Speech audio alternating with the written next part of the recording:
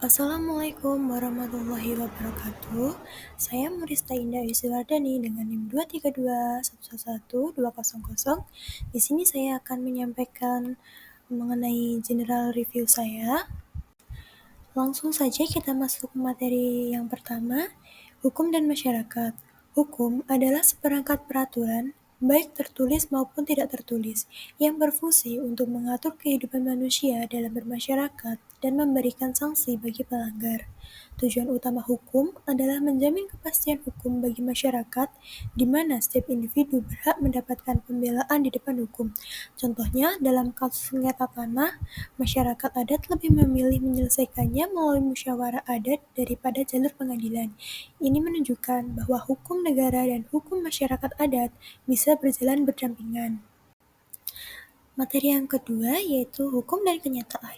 Hukum dan kenyataan adalah dua aspek yang saling berinteraksi dalam masyarakat.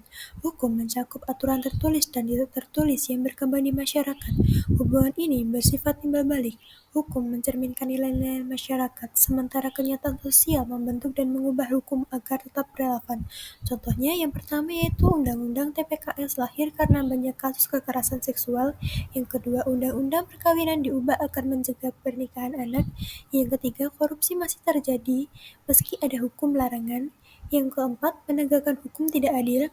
Rakyat kecil dihukum, pejabat sering lolos.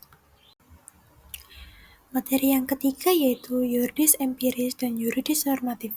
Penelitian hukum adalah kegiatan ilmiah untuk mempelajari gejala hukum. Dibagi menjadi yuridis empiris, pengamatan implementasi hukum di masyarakat, dan yuridis normatif membaca hukum dari sudut pandang undang-undang dan apa yang tertulis. Contoh yuridis empiris yaitu penelitian tentang pelaksanaan undang-undang perlindungan anak di desa terpencil. Ternyata banyak masyarakat belum paham hak-hak anak meskipun undang-undang sudah berlaku. Contoh yuridis normatif yaitu analisis pasal 44 KUHP tentang tindak pidana karena gangguan jiwa.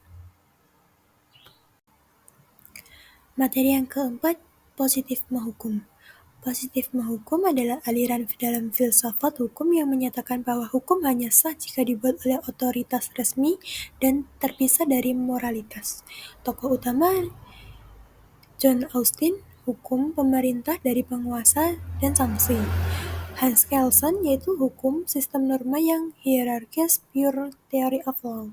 Perkembangan positifme inklusif HLA Hart hukum bisa melibatkan moral. Positifme eksklusif Joseph Ras hukum murni tanpa campur tangan moral. Materi yang kelima, mazhab sosiologis atau sociological jurisprudence. Sociological jurisprudence adalah aliran filsafat hukum yang mempelajari hubungan timbal balik antara hukum dan masyarakat, menekankan bahwa hukum bukan hanya aturan tertulis tetapi harus sesuai dengan living law atau hukum yang hidup dalam masyarakat. Contohnya, living law di Indonesia, hukum adat di Papua atau Bali masih digunakan untuk menyelesaikan konflik meskipun tidak tertulis dalam undang-undang nasional. Misalnya penyelesaian sengketa tanah adat. Materi yang keenam, mazhab pemikiran hukum, living law, dan utilitarianisme. Pembentukan dan penerapan hukum memerlukan keseimbangan antara fleksibilitas untuk mengikuti perkembangan sosial atau living law dan evaluasi dampak terhadap kesejahteraan masyarakat atau utilitarianisme. Contohnya, hukum Islam diterapkan di Aceh dalam berbagai aspek kehidupan sosial, seperti perbankan syariah dan hukum pidana atau konon jinayat. Penerapan ini menunjukkan bagaimana living law dapat berintegrasi dengan sistem hukum nasional dan mendapat dukungan dari pemerintah pusat melalui Undang-Undang Pemerintahan Aceh. Materi yang ketujuh, pemikiran Emil Durkheim dan Ibnu Khaldun. Meskipun memiliki latar belakang dan waktu yang berbeda, pemikiran Durkheim dan Ibnu Khaldun memiliki titik temu dalam melihat pentingnya struktur sosial dan solidaritas memperkaya khasanah ilmu sosial. Contoh fakta sosial yaitu aturan berpakaian formal di kantor adalah fakta sosial, meskipun tidak ada undang-undang yang secara eksplisit mewajibkan. Norma ini diterapkan secara kolektif oleh karyawan atau eksternal, memengaruhi cara mereka berpakaian, membentuk perilaku individu, dan jika dilanggar dapat menimbulkan sanksi sosial atau bahkan administratif atau daya paksa. Materi yang ke-8, kontribusi pemikiran Max Weber dan H.L.A. Hart dalam teori hukum modern. Hukum modern menurut Weber ditandai oleh rasionalitas formal, yang berarti hukum dibuat, diinterpretasi, dan diterapkan melalui prosedur logis dan sistematis, bukan berdasarkan kebiasaan atau otoritas pribadi.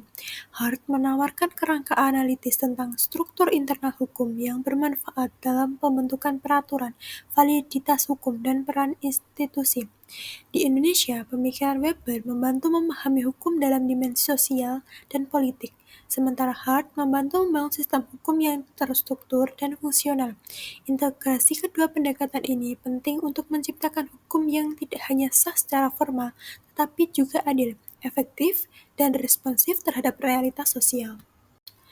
Materi yang ke-9, efektivitas hukum. Efektivitas hukum merupakan konsep penting yang mencangkup norma, tertulis, dan nilai-nilai yang hidup di masyarakat. Keberhasilan hukum dipengaruhi oleh berbagai faktor, termasuk kualitas hukumnya sendiri, peran penegak hukum, sarana pendukung, dan kesadaran serta partisipasi masyarakat. Materi ke-10, hukum dan kontrol sosial.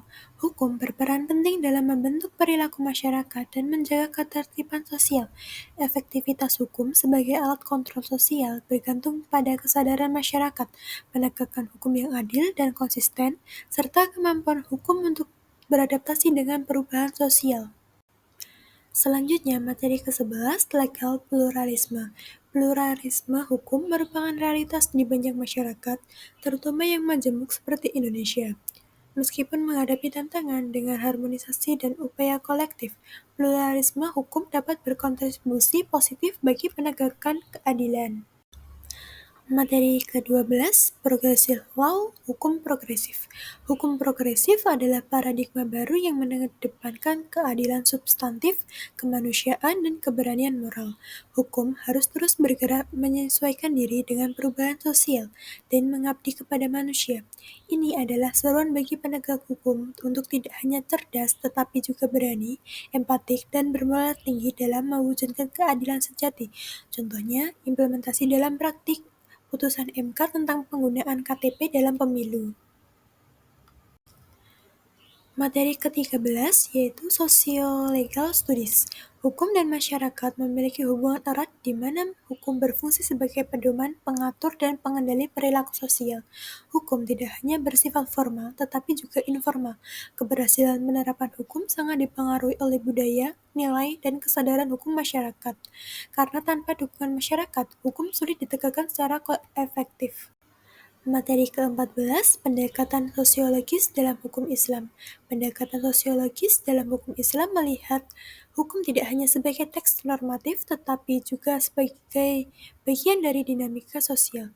Pendekatan ini menekankan pentingnya fleksibilitas dan kontekstualisasi agar hukum Islam tetap relevan, adil, dan responsif terhadap perubahan masyarakat modern tanpa meninggalkan nilai-nilai dasar syariah.